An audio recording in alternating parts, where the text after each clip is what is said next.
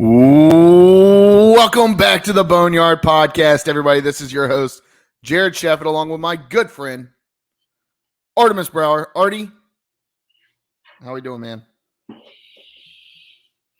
Doing as good as I possibly can be for the fan of a 1-6 football team.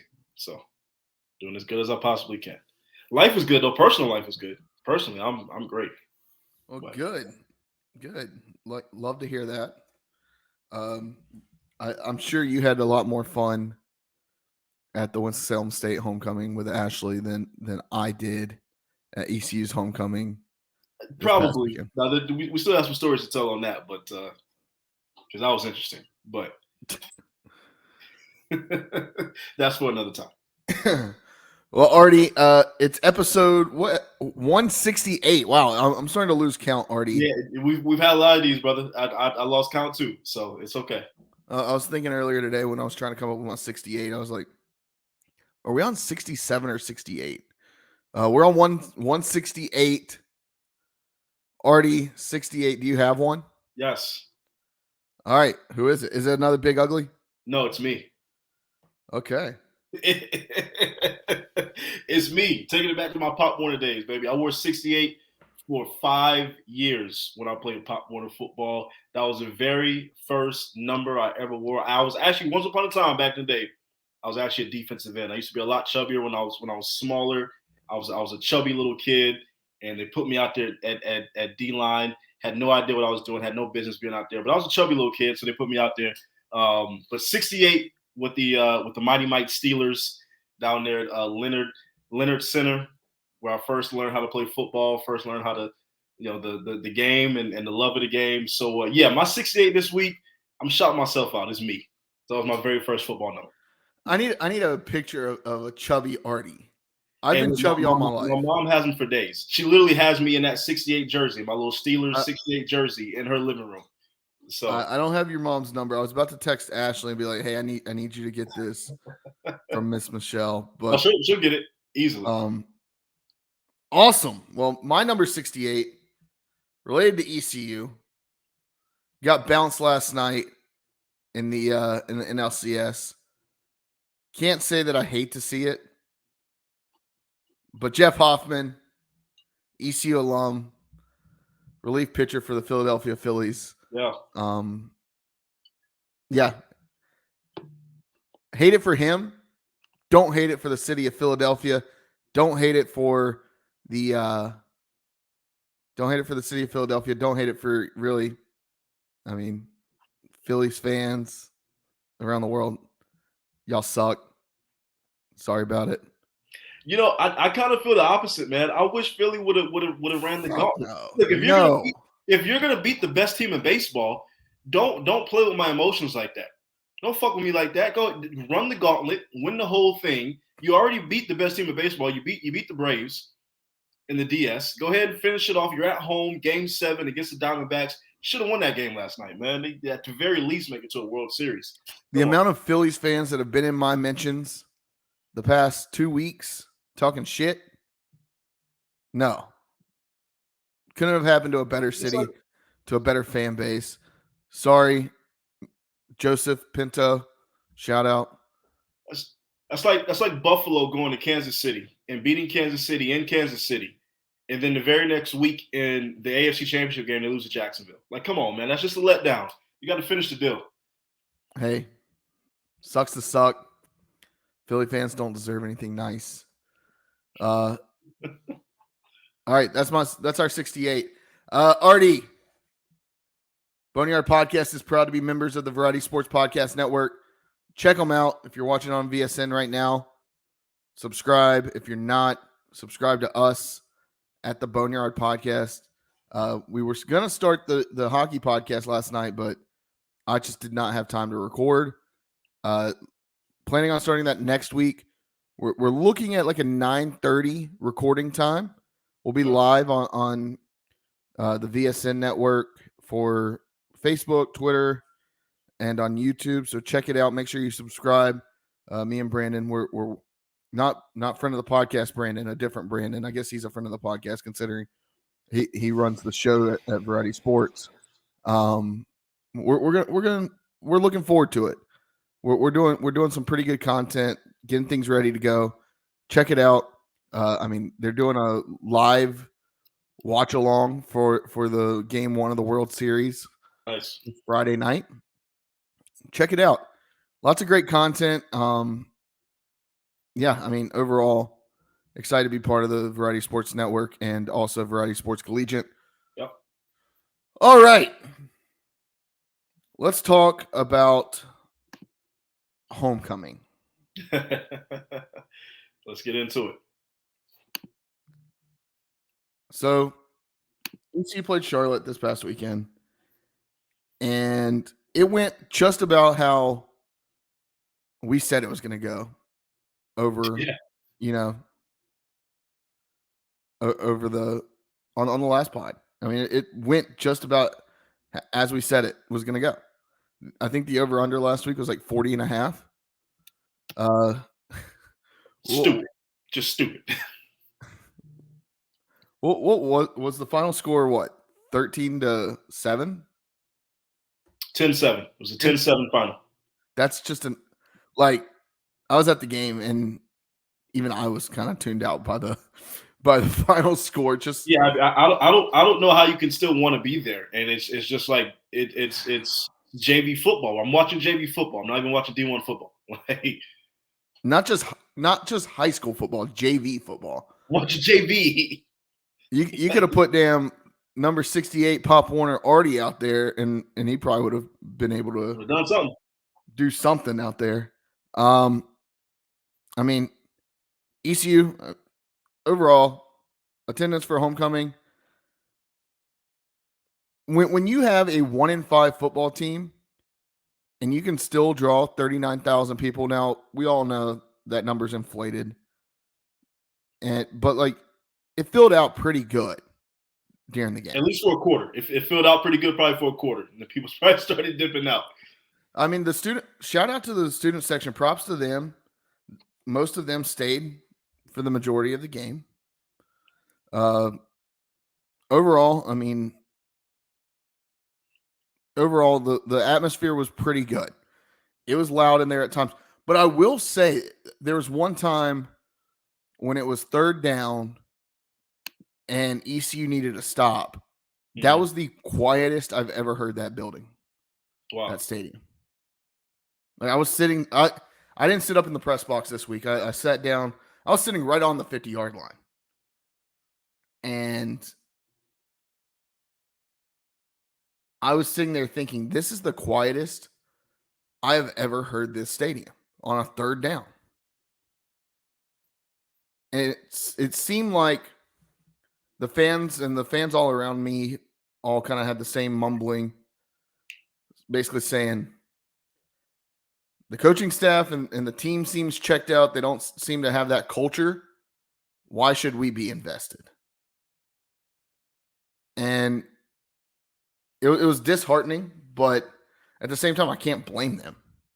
Right. ECU did. I think Charlotte took a penalty and then it got loud. But when it was like 3rd and 3 and it was quiet because everybody knew. Everybody just knew that they were going to get the first down. I could have scripted that game, Artie. I could have scripted the game. I was sitting there talking to the people around me, sitting there talking to my wife, Savannah, who endured the game with me. And shout out Savannah. She's a trooper because she did not deserve that. I called every play. I said, oh, this will be. I even called Andrew Conrad missing the field goal when ECU couldn't score any points. When they got the ball on the 13-yard line and couldn't come away with anything. I said he's gonna miss this field goal. And sure enough, he doinks it off the right goalpost. Nice little chip shot off the right hash. I mean, that was I think it was a 29-yarder. Jared, 29 yards, man. You got to be able to hit those in your sleep. I mean, this is a guy that hit a I mean, 50-yarder last week. That's basically an extra point. You just got to hit those. you got to hit them. Josh, 27. Thank you, Josh. It was a 27-yarder. You have to hit those.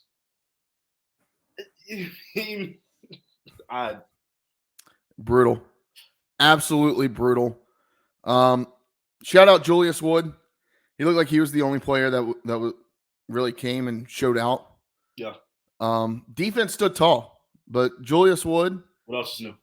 I mean, especially with Tegan Wilk out. I mean, from what I'm hearing, Tegan Wilk's going to miss the rest of the year, and that's unfortunate. It sounds like he's probably going to redshirt this year and come back next year. But yeah, I mean, Julius Wood, 10 tackles, 1 interception. Like I said, took him to the 13-yard line. It just felt like ECU's defense was going to have to win that game.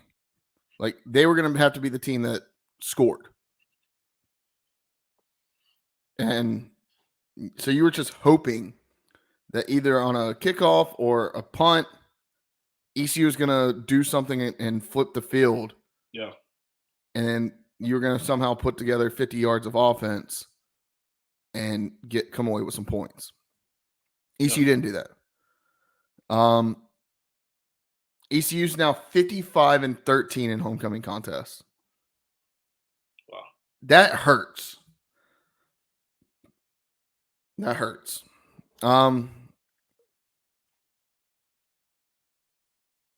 Yeah, I mean, ECU, the fourth quarter, they gave themselves a shot. I was just hoping for the defense to do something to give the offense one shot to prove it. The defense didn't do their job because they didn't score a touchdown for us. All right, so essentially the defense lost us the game because they couldn't get us a pick six or a fumble recovery for a touchdown. And I keep hearing Coach Houston and Donnie Kirkpatrick say, "Oh, this was a close game." Yeah, we missed a field goal. Their kicker missed what, 3? Kickers were 1 for 5 in that game. 1 for 5. Well, look, we played an identical team, and we talked about it last week. It was like ECU playing a version of themselves. It was the same damn team. Now, obviously, somebody had to walk out of there with a win, and Charlotte was able to score 3 more points than we did. But defensively, they're good. Offensively, they're atrocious, and that's exactly. I mean, it's a carbon copy of what we are right now, But to lose to a 1-5 team at homecoming to go to 1-6, this is as bad as it's going to be. This is as bad as it gets. We are officially at rock bottom. If you didn't think we were at rock bottom, we're here. We're fully invested in it, and now we got to figure out how to get ourselves out of it. This is the worst. I said this a couple weeks ago, Artie, when you weren't on, and Josh, if you want to hop in and defend yourself. I said this was the worst football team that I've watched from ECU ever. This is worse. And we have witnessed some bad ECU football. This is worse than any year under Scotty Montgomery. And I don't know. I mean, it's not the defense. The defense does its damn job. It's a common look. I've never seen an ECU team where it's both a lack because the coaching. Obviously, we have our gripes with the coaching, right?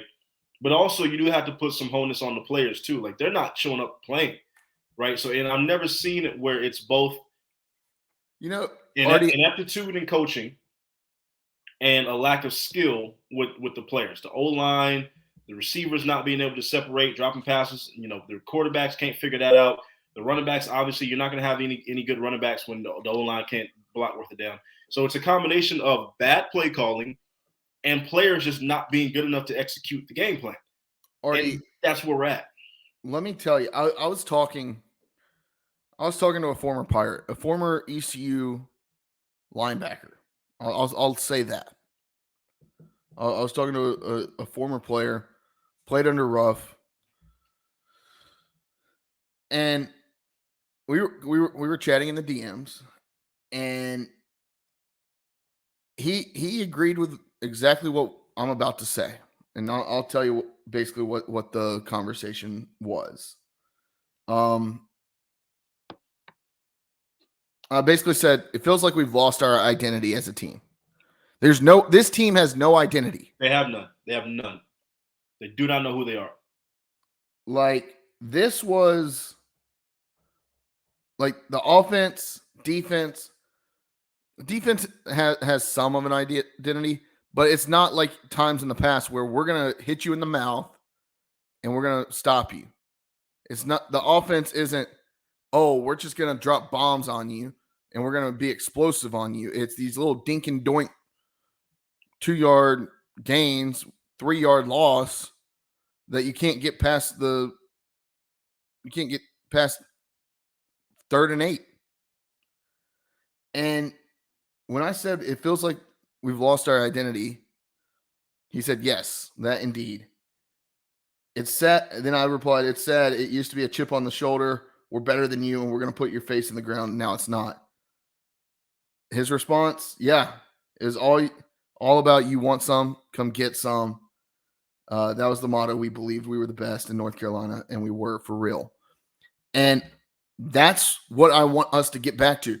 And Coach Houston came in here 5 years ago and said, we're going to do X, Y, and Z. We're building the culture. Like, it's on me that, like, we want to win. Like, we're going to win.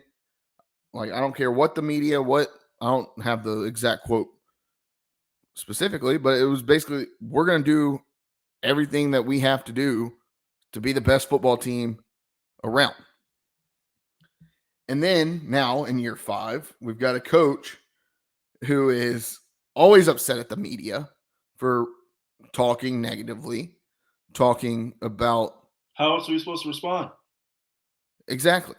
I mean, after game 2 of the season, he told Pirate Nation that it's not time to hit the panic button. Coach Houston, is it time to hit the panic button yet? Can I hit it? Because I'm ready to smash that damn thing.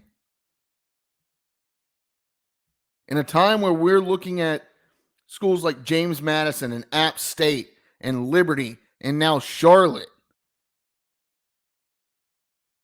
passing us by. How long have these schools been FBS programs? How long? Charlotte's been for 10 years. 10 UTSA, years. I think 12, maybe 13. Yeah. JMU, what? This is their second year? Liberty, like year 5? Whole bunch of startup companies beating us out the gates, beating us badly. So, Coach Houston, I mean, he's diminished the fans' thoughts, told them to go fly a kite, tell them don't panic. Oh, we had a good practice. That's bullshit. That's bullshit. I don't care. We can have a damn good practice every single week. It doesn't translate. It doesn't translate. All right, Artie, let's talk good, bad, and ugly. And then we've got we'll do our UTSA preview. Let's do it. Good. Like I said, defense did its job. Gave ECU multiple opportunities to win the damn ball game. Donnie Kirkpatrick and this ECU offense had plenty of opportunity to win the game and to put points on the board because the defense stood tall. Yeah. They didn't do their job. Defense did its job. On offense, I mean, hey, no turnovers, only the one penalty for 5 yards. I think it was a false start. I can't remember. It was either a false start or a holding penalty. Pretty clean game, other than the fact that we couldn't move the ball. So that's what I got for the good. You got anything to add on that? I honestly don't have anything else to add to the good. That's really about it. You can only give accolades to the defensive side of the ball Yeah. at this point, and that's it. So there's nothing else to add to the good. The bad offense was the worst it's been all year. Yeah. Charlotte locked down Chase Soul. That's not a knock on Chase Soul. They made sure that we weren't going to feed him the ball. And with that, Jalen Johnson had to step up a little bit. We still had drops. There were still drops. What I will say is, why are we not getting the ball to, honestly, if it's not Chase Soul, our best receiver, Shane Calhoun? They're not putting him in the game plan. He's literally like not even a part of the game plan. How is this guy not a part of the game plan? But it's like we get to the third quarter and then like, oh wait, we have this tight end that we can throw the ball to. We have this really good tight end out here who's proven he's really good. Let's maybe try and do something for him. Very, very late in the game when we should have gone ahead and game plan originally for this guy. I don't. If I'm Shane Calhoun, man, I'm pissed. I'm so angry as a player because you have to know how good you are and you have to know what you've done in the past. And the fact that they're not game planning for you now, it's like, what the hell? What's going on? Yeah. But this past weekend was the worst the offense has been all year, and that's saying a lot. A whole hell of a lot. Yeah. It seemed like the offense, I mean, the whole team couldn't get in any sort of rhythm. But mostly, I mean, of course, on offense, when you've got a 2-quarterback system, you there's no rhythm at all. This, I don't know. One week I'm like, oh yeah, it should be Alex Flynn. One week I'm like, oh, it should be Mason Garcia. I don't even know. At this point, I'm ready to see Raheem Jeter. Put him out there, baby. What are you gonna lose? Let's see what he got. Let's see what he got. And then lastly, I mean, I've said this a couple times already. You had a chance to win it, and you blew it. Plenty of opportunity, Artie. Plenty of opportunity to win the damn ball game, and you blew it.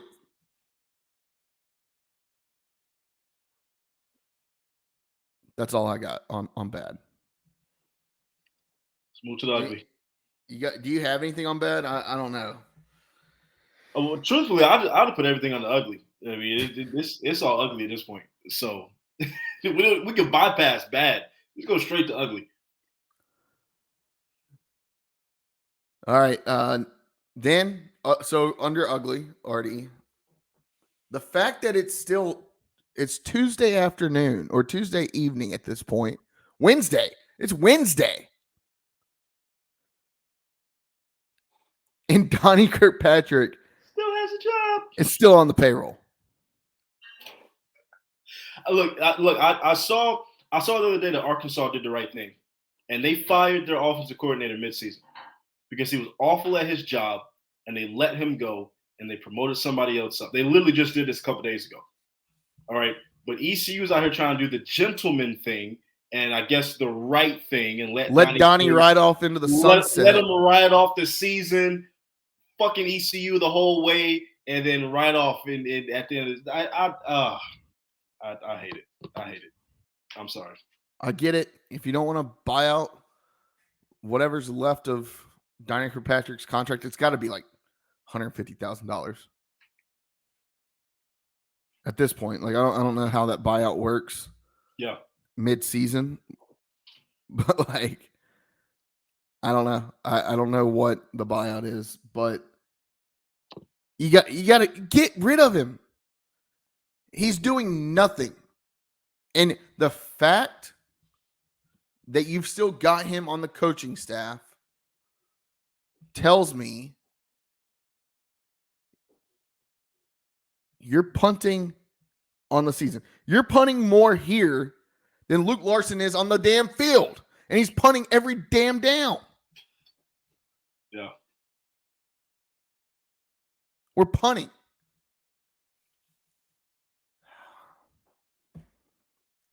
Artie, I swear we could probably make enough money to cover Donnie Kirkpatrick's buyout if we just sold T-shirts that said "Fire Donnie." We would sell a few thousand, and I may be lowballing that. So, all right, I'm gonna say it again. The defense gave you the ball on the 13-yard line, and you couldn't come away with points.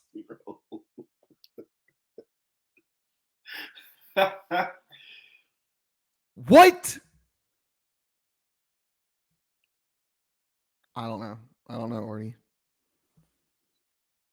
This team's garbage. There was a stat, and I wish I know Josh probably has it, to see where we are ranked as far as FBS. Like there's 133 teams in FBS, and I think we were 124 out of 133 in the entirety of the FBS right now, something like that. So I mean, getting back to what we were when Mike Houston took over, as far as just the program as a whole. This is year 5, right? And we are regressing. So I don't remember where I saw that. I just remember I saw that the other day, and I was like, wow. I think we have like the 125th ranked offense. That may be what I was seeing. 127 overall offense.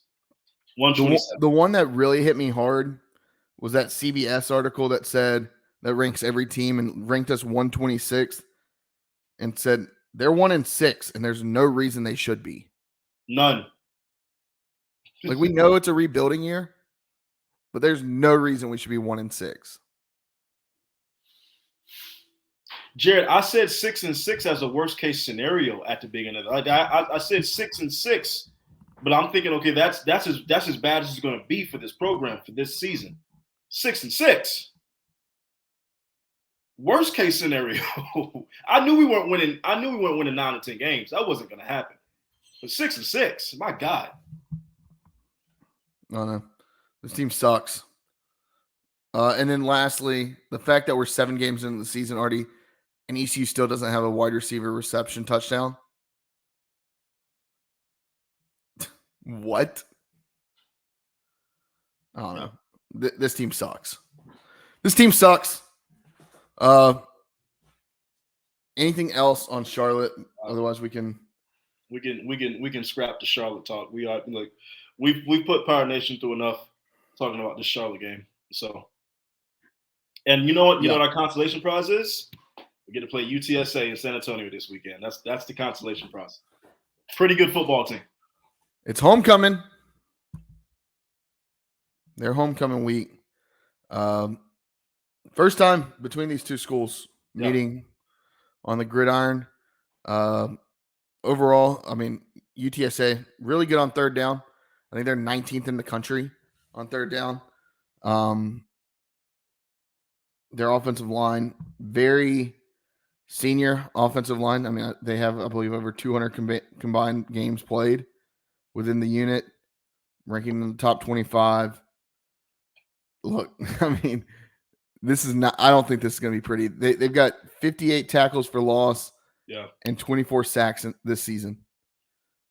For a team where your biggest weakness is your offensive line, outside of the play calling, that doesn't lead to success. So yeah, Josh, we got Jared on the line yet?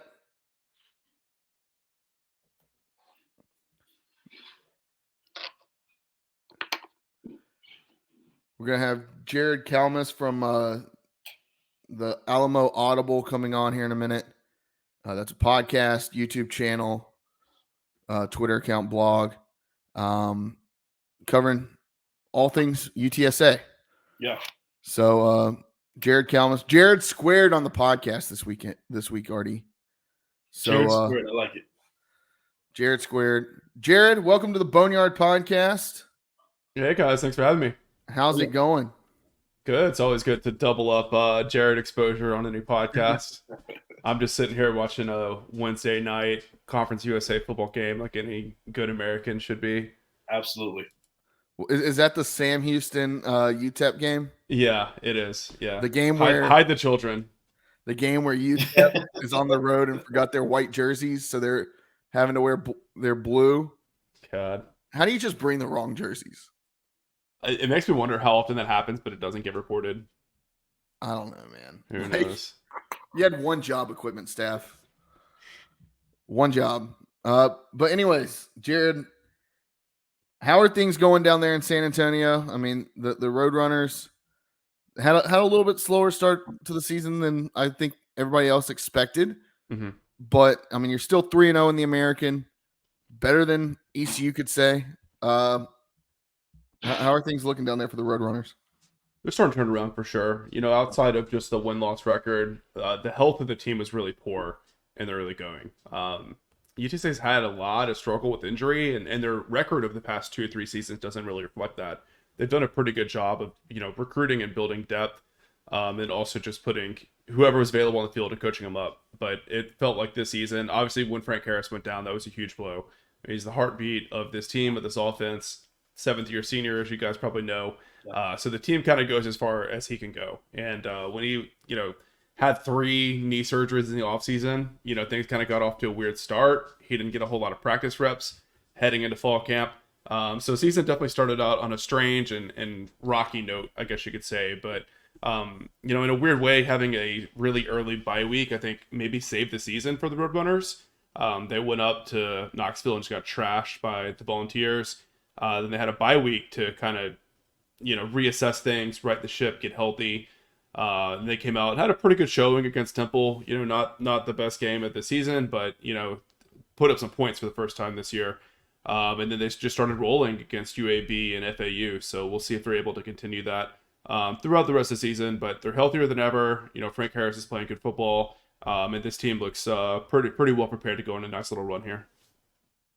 Yeah, and kind of speaking on that, teams won 3 straight. They're looking really good, sitting at 4-3, 3-0 in the American. Obviously got the quarterback back, and he's looking good. Offenses look really good over the last few weeks as well. Coming into this, this is the first season for them in the American. A lot of people had, expectations for them maybe to compete for a conference championship. Obviously, it did kind of start rocky, but they're right back in the mix now. So what kind of chances do you give UTSA to go ahead and compete with the Tulane or some of the other big heads in the American this year right off the bat? Yeah, I think right now SP Plus has them like a 15 or 20% chance to make the conference championship game, which feels about right to me. As someone that's watched a lot of Tulane football the past year, I'm always going to defer to them unless proven otherwise. I think they're just a little bit tougher in the trenches than UTSA is, and UTSA is pretty good up front, right? But I think like with Frank Harris, their quarterback, I think they could beat any team. They would just have to play like a really, really clean, good football game. But the fact that they got Tulane in New Orleans, I think makes that a lot tougher. But, I think from style of play and skill standpoint, I think they have what it takes. They're probably just not as deep and maybe not as experienced with, playing in those really big games as maybe Tulane and Memphis have, being in the American for longer. SMU's got a cupcake schedule the rest of the way, so it's going to be hard for them to not make the conference championship game. So yeah, I think they're going to be in the mix for sure. Now, Jared, the one thing that has stood out for ECU, it has been the defense. The defense, seems like both sides of the ball for the Roadrunners is stout.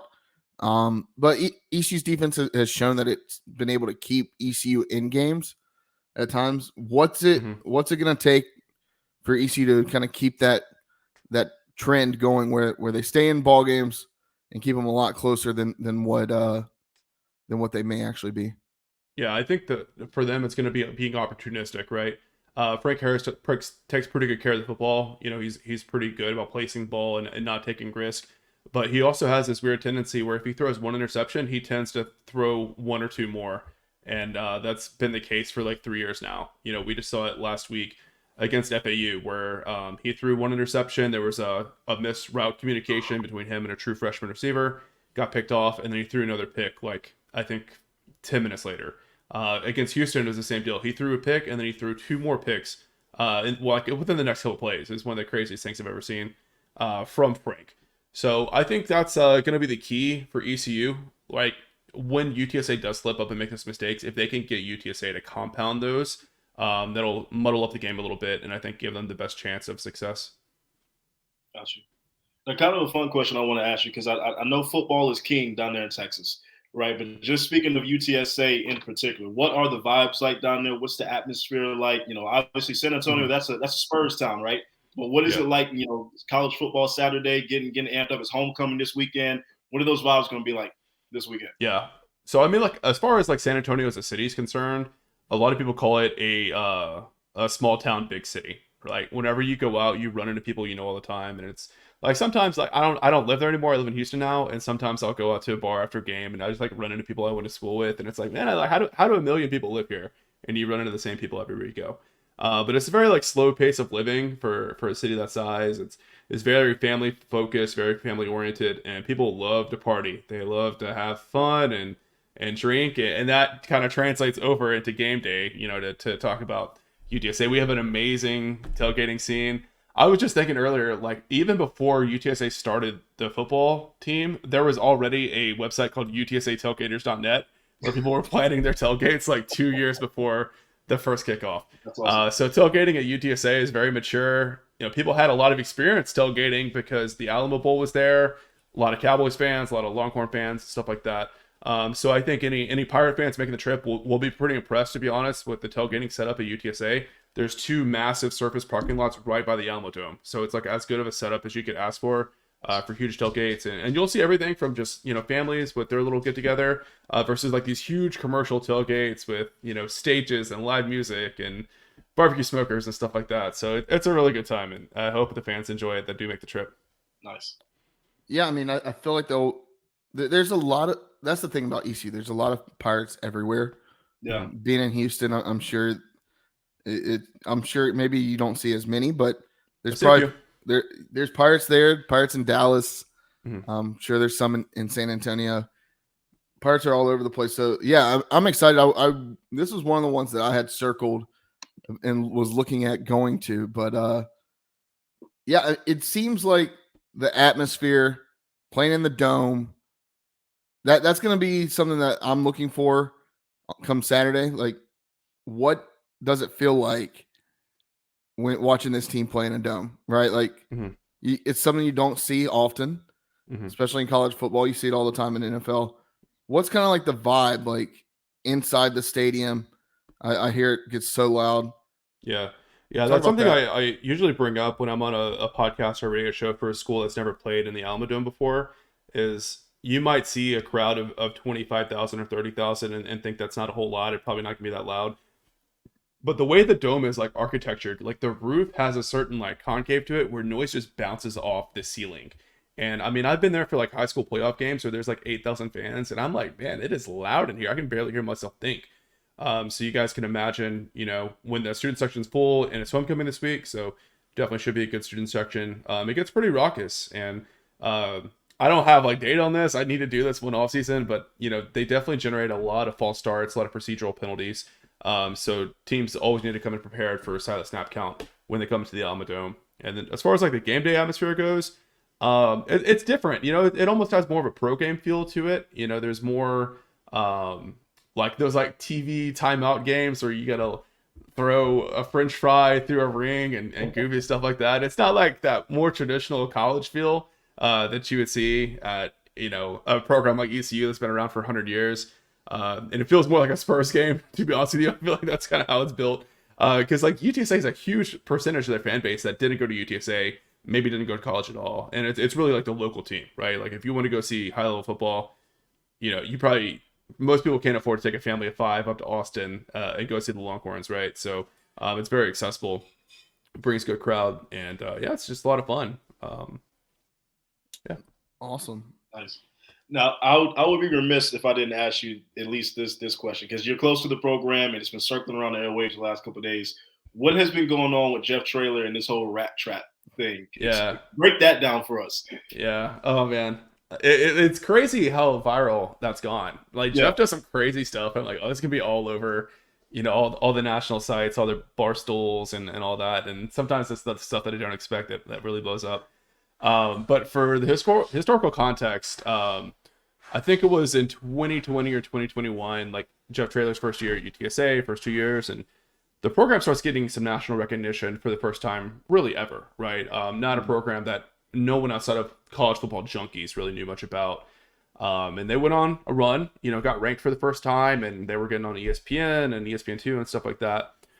So anytime that happens, there's always concern of like, the teams gonna be feeling themselves a little bit. They're reading the news reports, hitting up the girls on Instagram DMs and all that, and enjoying the newfound fame and success. So there's the concern that they're going to lose focus and not be, preparing for the next game and all of that. So Jeff came up with this phrase that, it's similar to like Lane Kiffin and the rat poison thing that he was doing at FAU when he was there, but he would just say like, don't eat the cheese. There's a mousetrap out and there's cheese on it. And if you want to go eat that tasty cheese, you're going to get caught in the trap. And then you're going to lose to a team that you should beat because you weren't focused, you weren't prepared. So that's the backstory, and we hadn't heard too much about eating cheese this season because the UTSA did not get off to the best of starts. But after these 3 big wins, to start conference play, they're starting to feel good about themselves again, 3-0 and all that in conference. And so they pull out the rat traps again, and then they put them around the facility. And I guess one of the senior players like took his and like rearmed it essentially, and then Jeff went to pick it up. And it got his finger pretty good. So I feel like there's some kind of metaphor there. I haven't quite worked it out. Maybe we got to see how the game plays out on Saturday. Yeah. But yeah, it's a funny story and got really viral.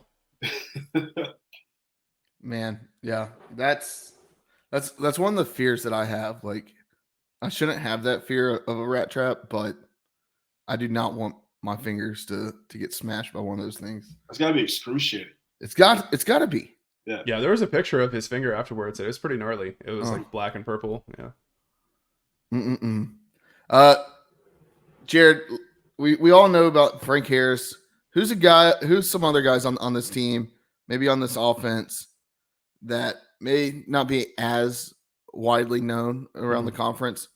Who are some other guys that we should be looking out for on Saturday? Yeah, so I would point out 2 newcomers most likely. So I think a lot of people are familiar with Kevorian Barnes. I think he might have been on the preseason all-conference team. And he's had a pretty good season as well. But it's been an incoming JUCO transfer named Robert Henry that's really caught my eye at the running back position. I don't have it in front of me right now, but I think he's running for like 7.8 yards per carry or something crazy like that.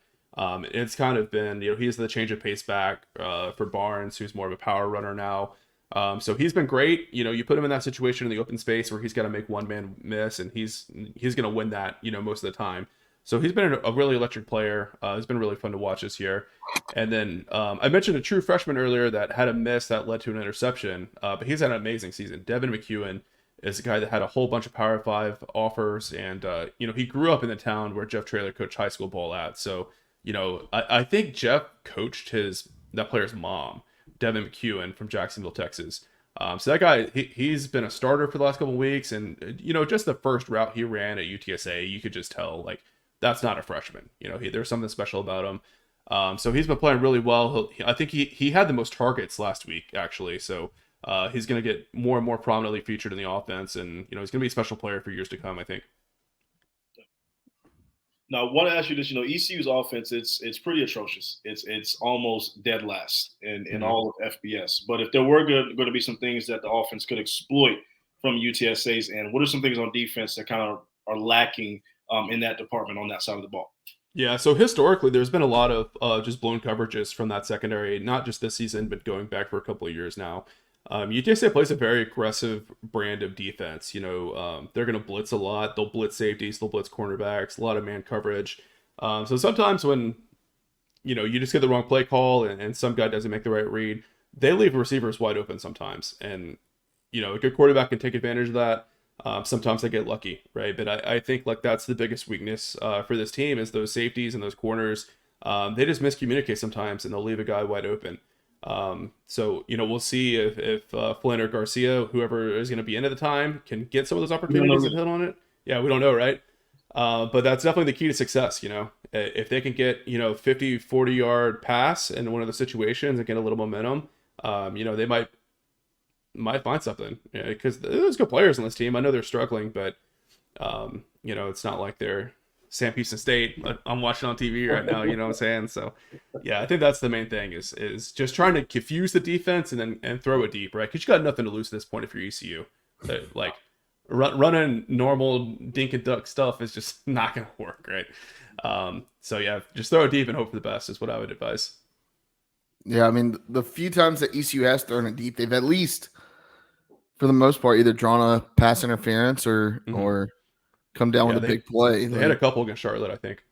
There was the one that got overturned for not being a catch that would have put ECU at like the 8-yard line. But yeah, I mean, that's something we haven't seen from ECU this year. It is really that deep threat, that deep ball. And typically, or the last couple of years, it's been, hey, let's run it, but we had a balanced offense. Now we can't run the ball, so we can't pass the ball, and we can't pass the ball, so we can't run the ball. So it's infuriating. But talking about San Antonio, I mean, San Antonio, I've been there once, spent about a week there. Beautiful city, lots to do. What's maybe the one place that you would recommend? Maybe not your tourist place, but what's a place that you would recommend Pirate Nation to go? We love talking food. Oh yeah, maybe a good food spot. Yeah. Ooh, that's tough. It's always so hard to answer this. San Antonio is such a great food city. If I had to pick one, for barbecue, I think Pinkerton's Barbecue is hands down the choice. Downtown, very accessible if you're staying down there. For Mexican food, I always struggle with that because, I mean, you can literally throw a rock and hit some of the best Mexican food that you'll ever have in your life. Man, I need to get a list together. I'm sure you get asked this on every podcast. Yeah, I do, and I don't want to say the same place every time, but I'm gonna fall back to that. I'm gonna go back to my default. There's a spot called Carnitas Lonja. It's the Lonja, Lonja. If you're unfamiliar with carnitas, it's like a type of pork. It's roasted Mexican style and got some decent spice to it, and throw it on tortilla with some salsa. It's good stuff, man. It's almost like barbecue, but really, really good. Not much to the joint. It is not an amazing atmosphere. It's mostly outside, but the weather's good this time of year. So I would try it out, man. Very authentic. And like your mom and pops are some of the best places to go to. So I always say, just look for a place that has taqueria, Jalisco, Rodeo, something like that in the name, and it's going to be bomb for sure.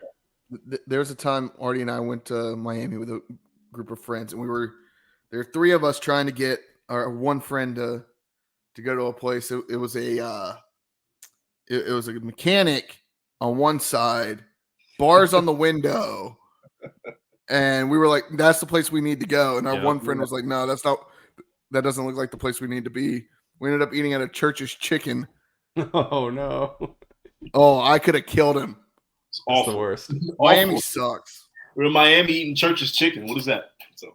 That's after a 16-hour drive. Yeah. One other place I'll throw out as well, if you want to get more traditional street tacos, is Taquitos West Avenue. You probably have to Uber to it, or if you have a car, you can drive. It's, I don't know, maybe like 4 or 5 miles from downtown or something like that. But probably the best traditional street tacos I've ever had in my life. Nice. Go check out the River Walk. That's a blast. I will say the one time I was there in the worst time of year to be there. I believe I was there like mid-July. Yeah. And I was sweating my ever-loving everything off. Yep. This is a family podcast. I won't say what I want to say. I was sweating off. But yeah, I mean, it was so humid. What's the forecast looking like this weekend? Because I mean, fall in like Texas, I feel like fall in Texas has to be phenomenal. Yeah, it's great right now. I mean, today it was like, I think like high 70s with a nice breeze all day. It's phenomenal. Saturday there's rain in the forecast, but Dome Stadium, so you're indoors. But yeah, it looks like it might be kind of nasty actually. But it won't be hot. That's good. That's good. If you're going to UTSA to see ECU play, at least you won't be sweating your ever loving everything off. Jared, anything else we should know about the Roadrunners? about this matchup? Anything you think we missed? Well, I mean, maybe you guys covered this earlier, but there's an edge linebacker, Trey Moore, looking pretty likely he's going to take the school record for sacks in a single season, tackle for great. loss as well. So definitely a matchup to watch right there. I know ECU's had some struggles in pass protection. He's a very electric player. Yeah, really good. Honestly, our O-line has been atrocious. Yeah. So if you just like watching good defensive line play, good pass rushing, like really watch his technique because he's come a long way. I feel like every week I see him bust out a new pass rush move that he must have like just learned. Very special player and fun to watch, and you'll probably see him playing on Sundays at one point. For sure. Well, Jared, thank you for joining us on the Boneyard Podcast. Jared Squared. Make sure to tell everybody where they can find your content and also find you. Yeah, sure. So if you search for AlamoAudible, you'll find us. Our podcast is part of the Dave Campbell's Texas Football Republic of Football podcast network, which I know is a mouthful, but that's like, we call it the Bible of football here in Texas. They cover all levels of football. So we're really honored to be on their podcast network.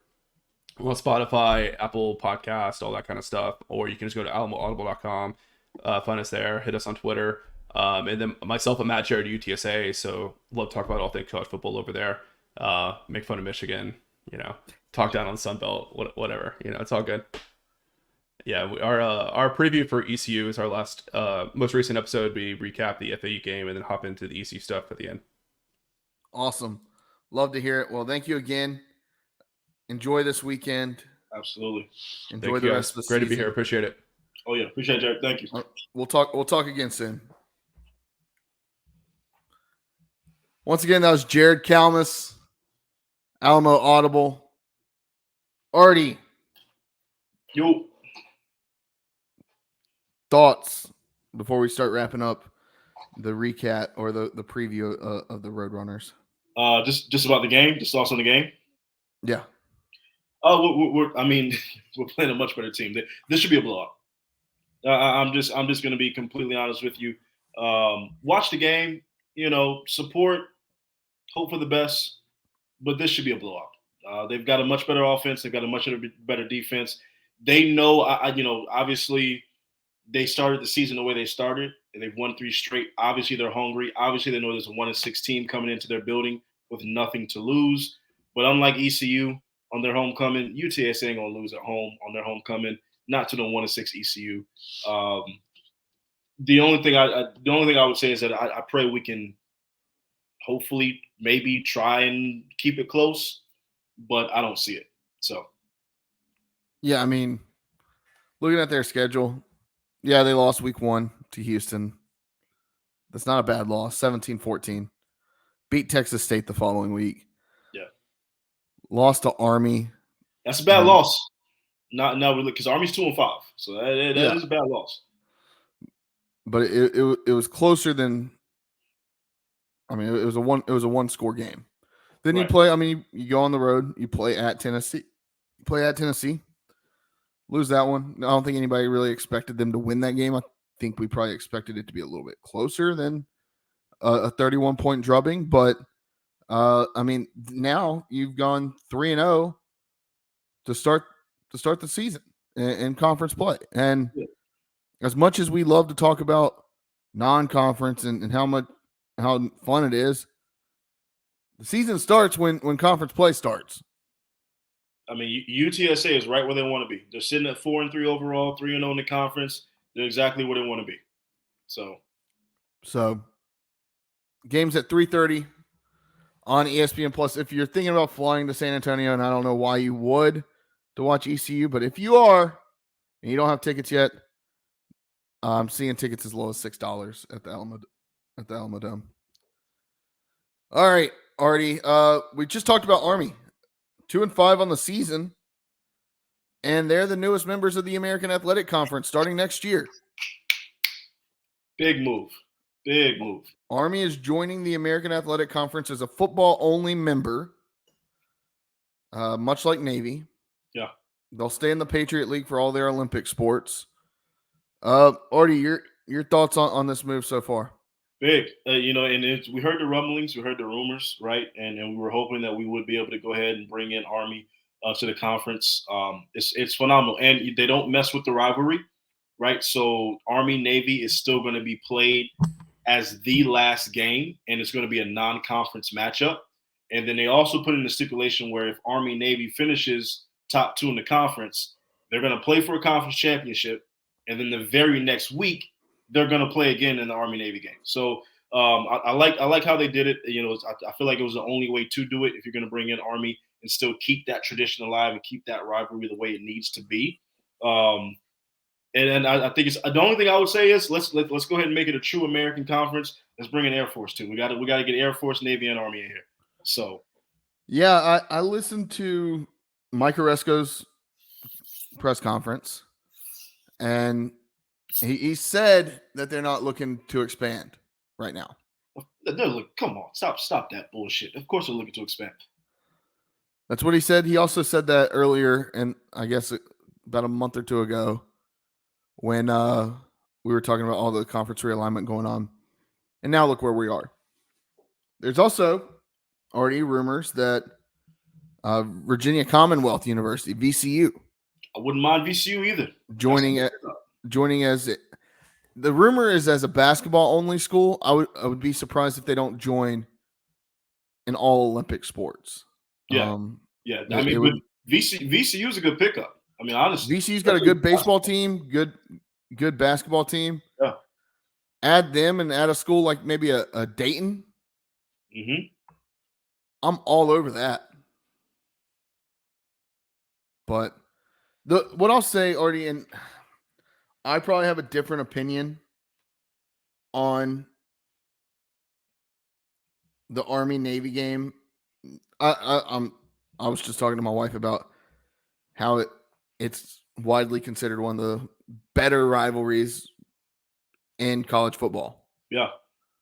Like, you could make an argument for it being maybe not the most exciting rivalry in college football, but one of the biggest rivalries in college football. I would say one of the ones with the most pageantry. It's absolutely a top 2. Oh, it's got the most pageantry. There's no question it has the most pageantry. Yeah, the most prestige and the most class. There's no question. Army Navy. There's no question. My gripe, Artie,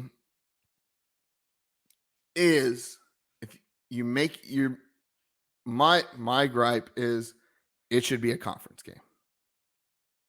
No. Here's why. Because they're above the conference. That game is above. Fuck that shit. No. Above the conference. How is that game above the conference? Because it's Army Navy. That's why. It's not ECU Memphis. It's Army Navy. let me explain my thinking. And I've been messaging with some people today about it. Artie, my thinking is, and I there's no way to do it, to make it a conference game and it not have to be moved from the second Saturday in December. There's no way to do that. Yeah. So I get the reasoning. And I guess my thing is, Artie, is if they were to take that game away and make it a conference game, that gives both of those schools the opportunity to schedule some of the bigger name opponents that they're known for scheduling. Navy plays Notre Dame every year. Navy a lot of times plays a Michigan or an Ohio State. Yeah. Those Big Ten schools, and Army does as well. So if you brought that game into the conference, have all the pageantry. It doesn't have to be played at Navy Marine Corps Stadium or up in West Point. You can play it in Philly. You can play it in Baltimore. I don't care. You can play it wherever. But it would be nice to have that game in the conference. Because you want it to mean something for the conference and mean something for the teams in the conference to be able to stake that game and be able to say we have this game as a part of the American Athletic Conference. Correct. That, and just as an aside, Artie, this just means more triple option football that we're going to have to watch in the American Athletic Conference. And if they're playing against each other every single year, one team, like, they don't have to play against it in conference. It doesn't mean anything in conference. Look, they're the best teams at defending it because that's what they play all year long. But I would rather see that in conference than not in conference. I want them to have to, like, you can't just, and they would never do this, but you can't just say, oh, well, this game doesn't mean anything for the conference. You're both in the conference. You're both going to be wearing American Athletic patches on your shoulder. Yep. But it's a non-con. I mean, I still like it not being a conference game, and I can see it, but at the same time, it's one of those things, and maybe it's just me. I don't care. Like, it's always fun. It's fun to play one game against the Service Academy a year. It's kind of different. I just know that the American's going to screw us and put both of them. We're going to get both of them coming off their bye weeks. Well, hey, look, I mean, you know what they're doing. You got to line up and stop it. So, I don't know. It's boring football to me. I don't like watching it. And now I'm going to have to watch 2 games of it. It's much like you don't have to like it. We just have to beat it. we don't. That's it. We don't have to like it. Who gives a damn about liking it? We just got to beat it. Look, I'm not against adding Army. I'm thankful for the United States Army. I'm thankful for the United States Navy. I just wish, since they both are in the conference, I wish it was a conference game. That's my only gripe. I see what you're saying. I do see what you're saying. I just feel like that game. There's no way to make it a conference game. Conference, right? Like, that game is above the SEC. It's above the Big Ten. It's above the Big 12. That game is above any conference. I just feel like it should be by itself. And I get that. But at the same time, if you're both going to be in the same conference, it's a conference game. Right? Look, it just is. They'll have their A patches on. It'll be make-believe. They'll have their patches. Look, if they're playing the conference championship, it'll be a conference game. So there you go. And then that waters it down. Like, okay, if they play in the conference, that's going to happen maybe once. I mean, come on. That's never going to happen. Yeah, Army Navy's not going to play each other for an American Athletic Conference. We say that and watch Army Navy play first year in the conference. Mike Oresco will work his voodoo magic and make it happen. All right, Artie. Twitter questions, Josh. I don't know. Did we get any? I don't think we got any. We put it out kind of late. No Twitter questions. All right. Walk the plank. Artie, you got one? You should have one. I want to hear your take on this whole situation with Michigan. So here's my thing on the Michigan situation. Everybody is sign stealing in Division I football, in professional football, in high school football, at least at the levels that really matter in high school football. People are sign stealing, bro. This is a non-story to me. And I'm not just saying that because it's Michigan, but if you listen to all the people that actually coach football, when you hear, Nebraska's head coach Matt Rule, when you hear Deion Sanders in Colorado, when you hear some of these other guys talking about, this is what we do. Yeah, people are trying to gain a competitive advantage. Of course, we're out here sign stealing. You still got to line up and stop it. You still got to say, okay, mano y mano, we're just going to come out here and stop it. So the fact that your biggest people hating and are talking about the sign stealing is your Ohio States and your Penn States and your Big Ten boosters and your Big Ten fans. Which there's some controversy around Ohio State now. Give me a break. All right. Everybody's sign stealing. It is what it is. Okay. If Michigan is still going to come into your place and beat the shit out of you because they're just that much better than you right now. So to me, it's a non-story. The whole sign, it's not like baseball, right? Where, baseball is a little different with the sign stealing. I know everybody hates the Astros with that. But even still, the Astros are still the Astros. They still made it to a CS this year. They're still a great team. So sign stealing really ain't doing that much to help nobody. So to me, it's just a competitive advantage. Any D1 football team that's saying they're not doing some sort of sign stealing or trying to gain an advantage, it's just lying to your face. So That's just how I feel about it. Yeah, I love that Ohio State fans are the ones talking the most shit. And now they're wrapped up in possibly having the same thing going on at Ohio State. This is what happens at big time programs. This is what Don't happens. throw rocks if you live in glass houses. Didn't your mama ever tell you that? So yeah, that's all. Because look, the only validation I needed was all the people that are actually in the trenches, the coaches, the players, talking like, yeah, that's not the story. Everybody does that. So okay, well, I kind of gave you that walk the plank. Do you have another one? Like, do you have? I don't have another walk the plank. I'm gonna be honest with you. I will say I'm disappointed in this World Series matchup. I was so excited to see a much better matchup in the World Series. This is no shade towards the Diamondbacks and the Rangers, but I mean, come on, who the hell had Rangers Diamondbacks in the World Series? Nobody, So Artie. that But at World least it's Series not the matchup can walk the damn plank because nobody outside of that region cares anything about the Rangers and Diamondbacks. So at least it's not the damn Houston Astros, and at least it's not the damn Philadelphia Phillies. that would have been more exciting than Diamondbacks Rangers. What kind of ratings is that gonna get? Who cares? I don't care.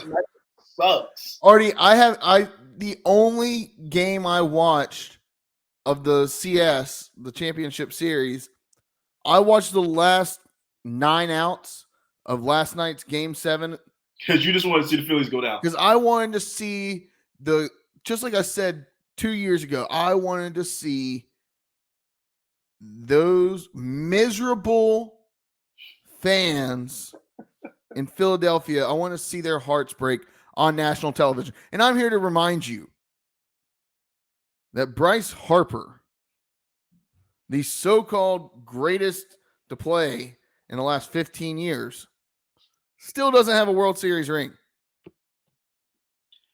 Now, Such an overrated clown. Fuck you, Bryce Harper. You're a piece of shit. Before I forget about this, and I did just remember Ashley hit me with the assist on this. Do you remember Buddy from TikTok? Buddy? Buddy from TikTok. Do you remember Buddy from TikTok? You got in a little beef with somebody on TikTok. I don't remember. I don't know when it was. Oh shit! Yeah, I do. Yeah, and you called him Buddy. Oh yeah, I was like, who the hell's Buddy? And you said Wake Forest sucks. I did say Wake Forest sucks. That is Ashley's coworker. that is Ashley's coworker.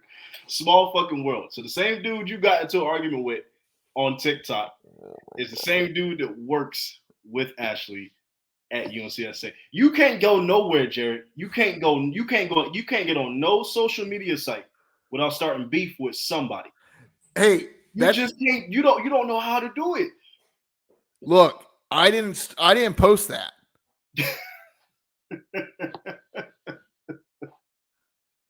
She showed me that earlier today. I was like, wow, that is crazy. Do you know this guy?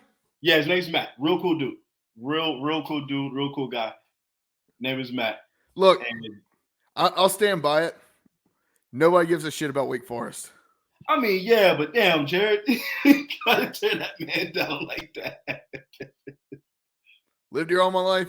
Look, I was a Wake Forest ball boy back in the Chris Paul days. That was the only time anybody cared about Wake Forest.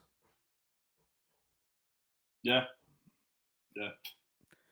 I mean, hey, look, we got a fraternity brother named Dan who would fight you all night on that. So he loves his Wake Forest Demon Deacons. I get it. His I think what was it? His dad played football for Wake or something like that. Yeah. Like I get that. But for the most part, down around here, nobody cares about you don't see Wake Forest stuff here like you would ECU stuff in Greenville. That's true. But it's not Wake Forest's fault though, because Winston-Salem, they don't deserve a good product. Because when Wake Forest was in the top 10 the last couple of years, nobody showed up for them. So they don't even deserve. That's because their fans don't care. How do you care about the top 10 team? Clip this and send it back to Matt or whatever his name is. Nobody cares. No, I said buddy one time, and then he said buddy, and then I said buddy, and I saw the conversation. I thought it was so funny. Listen here, buddy. Well, because here's the thing, Artie. I hate anytime somebody calls me buddy. I hate it. Like, it's such a demeaning, like, you're smaller than me. Yeah. Like, don't call me buddy. It's like being called son. Like, somebody calls you son. It's like, I'm not your son. Don't do that. Yeah, unless it's like, now, like, if Artie comes up to me and I'm like, what's up, bud? Like, I'm not talking like that. But, like, if it's just some random schmuck on the internet, Matt, Ashley's coworker, that's what I'm saying. I'm sorry. Ashley, I'm sorry. Not sorry. Matt walked the damn plank. I told you you're a menace. You don't know how to get on any social media site and not start beef with somebody. You absolutely. This is all on Josh. This is. I'm kidding, Josh. We love you. Josh was just doing his job, posting clips. Go check us out on TikTok at Boneyard Podcast. Walk the plank, real quick, Artie, before we go to Gambling Corner. Chris Mad Dog Russo. Do you know who this is? You heard of him? Of course. Yeah, I know Mad Dog. Yeah. Did you hear this story? Yeah, he said he was going to quit if the Phillies lost or something like that. He said he was going to retire if Arizona beat the Phillies in Game 7. Yeah. Guess what he did not do today? He did not retire. He did not retire. Yeah. Maybe I should just say, if ECU doesn't win another game this year, I'm quitting the podcast. Yeah, but Mad Dog's been around for like 50 years or something. He's been around forever. I don't know. He annoys me. Anyways, Matt walked the damn plank. All right, Gambling Corner. I'm kidding. Hey, I should say I don't have any problem with Matt. You don't know that. I don't like. I was having fun, and if somebody argues with me on social media, here's the thing: I don't get mad at people on social media. I think it's funny when I see other people get mad on social media. So if you dig your heels in a little bit and start kind of coming back at me, I'm going to dig my heels back in and come back at you. And I'm not going to care. Obviously, I didn't think anything of it when you said, do you remember Buddy from TikTok? I obviously forgot all about it. So that's nothing against you, Matt. Jared's just a menace. He doesn't know how to act. That's all it is. I'm just the biggest asshole on social media. Hey. I'm a troll. My wife tells me, she's like, Jared, you're a troll. Yep. And I enjoy it. I enjoy it. So do all trolls. I mean, trolling is life. All right. Gambling Corner.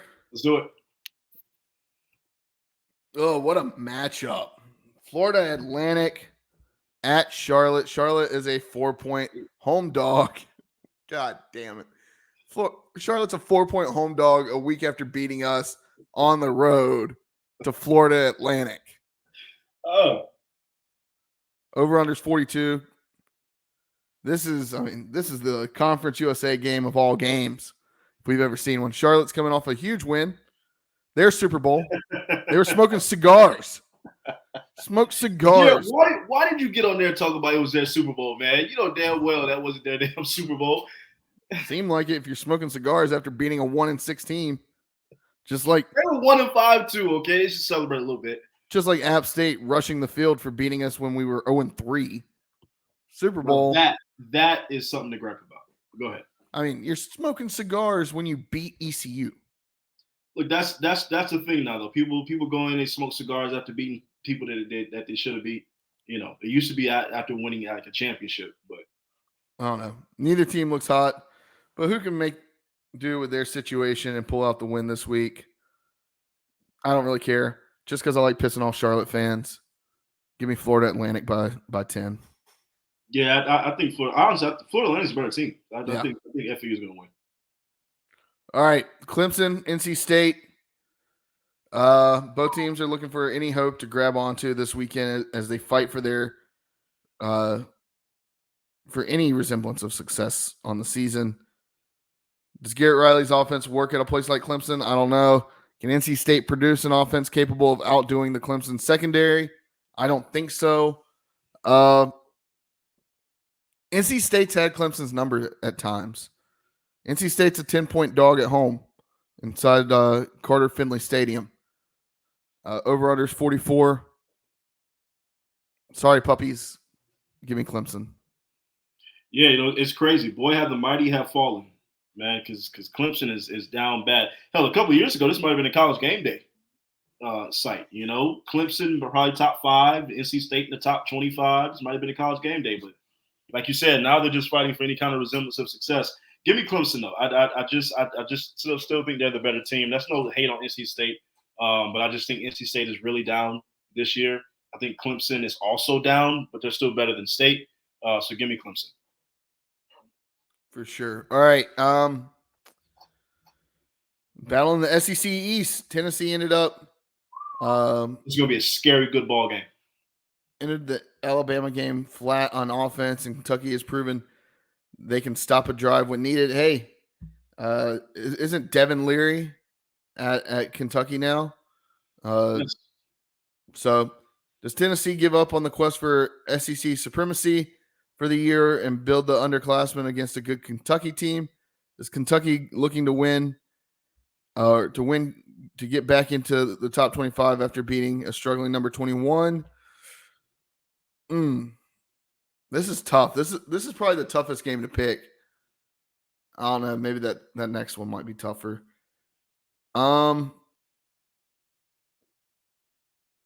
Kentucky's a 4-point dog at home. Got a bunch of home dogs on here. Yeah. Go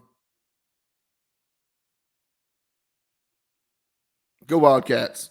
Kentucky wins. Wow. Okay. Look, I definitely think this can be one of the better games of the weekend. Both of these teams, are coming off some. At least Tennessee come off a heartbreaking loss. I don't know if Kentucky won last week or not, but I do know that sitting both at 4-2, 5-2, one of those. The winner is going to put themselves still in the driver's seat, can kind of control their own destiny a little bit. The loser is going to have some real work to do. I can't go against Tennessee, man. I think coming off that heartbreaker to Alabama, they had a chance too. They were up 13-0 or whatever it was. Like they were up on Alabama in Tuscaloosa and just let that slip away from them. I think Tennessee goes into Kentucky, rights the wrong, rights the ship, gets it done. Beyond Rocky Top, Tennessee. Man, every once in a while I'll get one of those videos. Matt, that's the videos you need to be watching on TikTok. Some of those Rocky Top videos from Hey, look, man, you're gonna leave Ashley's coworker alone, bro. I don't have a problem with Matt. You're the one that brought him up. Does he know that you do this podcast with me? Yes, he does. Okay. I believe he watches this podcast. So Matt, leave us a 5-star subscription and I won't call you buddy. Saying. Matt, leave us a 5-star review, and you'll be a friend of the podcast forever, and I won't talk shit. All right. Now, Kentucky. Go Kentucky. All right. Georgia State at Georgia Southern. Who can claim being the real GSU? Atlanta versus Statesboro, urban versus rural. There are many things that divide these two programs, but a 1-point spread is what Vegas is predicting this will be. Southern is a 1-point favorite, over under 63. These are some good offenses. Yeah. Sun Belt Conference. Georgia State surprised a lot of people this year. They kind of we said the Sun Belt was going to be kind of wide open, and it has been. But Georgia State was one of those teams that I wasn't talking about, and I didn't really hear many people talking about earlier in the year. And now they're a team that everybody's talking about. Yeah. Games at Southern. Give me Georgia State. I think Georgia State's playing too good of football right now.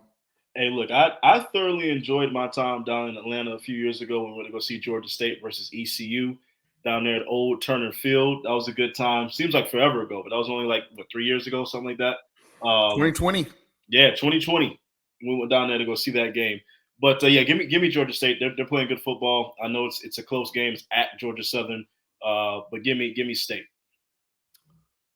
All right, Artie. Game of the week.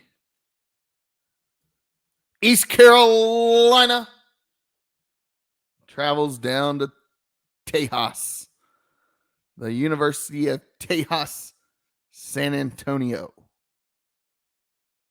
Everyone thought UTSA was struggling early on in the season. We talked about it earlier. But as they enter this game, they're 3-0 in the conference. They look to put on a show against ECU. Can UTSA be the straw that breaks the ECU defenses this week?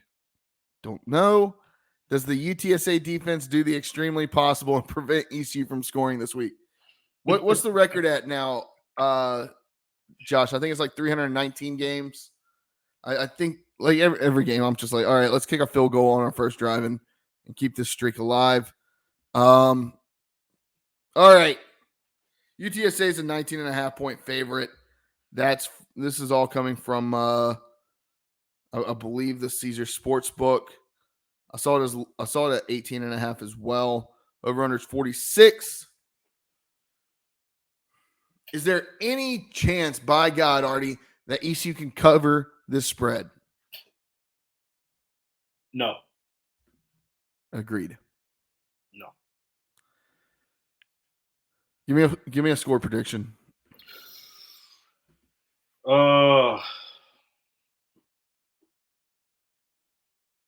I think San Antonio's going to score a lot of points.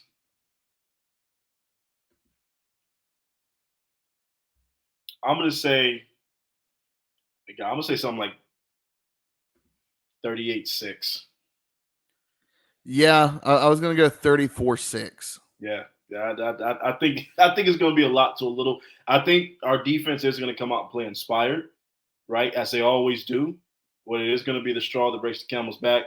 UTSA, they're going to wear us down. They got a 7-year quarterback. He's going to go out there and fling it the way he knows how to fling it. It's homecoming for them. They're going to have 35,000 plus in that building. Yeah, and our offense. I mean, we couldn't score on Charlotte. We can't score on anybody. We're not scoring on UTSA. 38-6.